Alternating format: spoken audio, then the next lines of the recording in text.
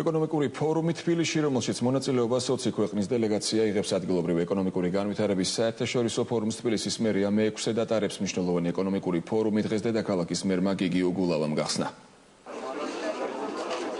გიგი უგულავამ ადგილობრივი ეკონომიკური განვითარების მე-6-ე საერთაშორისო ფორუმი გახსნა, რომელსაც თბილისმა უმასპინძლა. ფორუმის მთავარი თემა მომავლის ქალაქი იყო.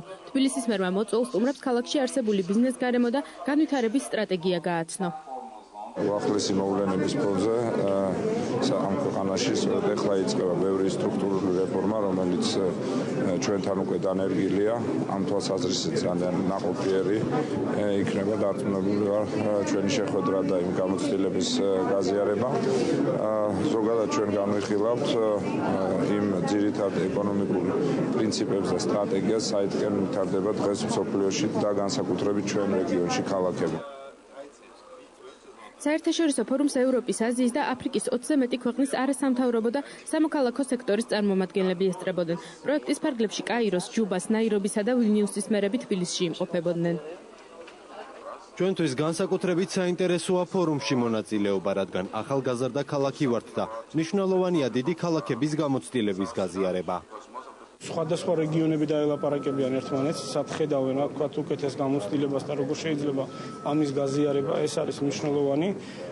ასევე მნიშვნელოვანია ის მიმართულებები, რომელიც ფორუმზე იქნება განხილული, როგორ მოვაწყოთ ბიზნეს ინფრასტრუქტურა იმისთვის, რომ რაც შეიძლება მეტი ბიზნესი მოვიზიდოთ ქალაქში და აგრეთვე როგორ მოვაწყოთ საცხოვრებელი პირობები იმისთვის, რომ მეტი ტურისტი ჩამოვიდეს. ფორუმის პარალელურად თბილისისა და კაიროს მერებმა ხელი ორ ქალაქს შორის დაძმობილების შეთანხმებას მოაწერეს, რაც ურთიერთობის გაღრმავებას და მჭიდრო კავშირის დამყარებას ისახავს მიზნად. ჩვენ ძალიან მნიშვნელოვან დოკუმენტს მოვაწერეთ ხელი. ამ შეთანხმების შედეგად კაირო და თბილისი სხვადასხვა სფეროში თანამშრომლებენ. თბილისში ბევრი ახალი და საინტერესო პროექტი ვნახე და იმედი მაქვს, რომ ამ თანამშრომლობის შედეგად ჩვენ გამოცდილებას ერთმანეთს გავუზიარებთ.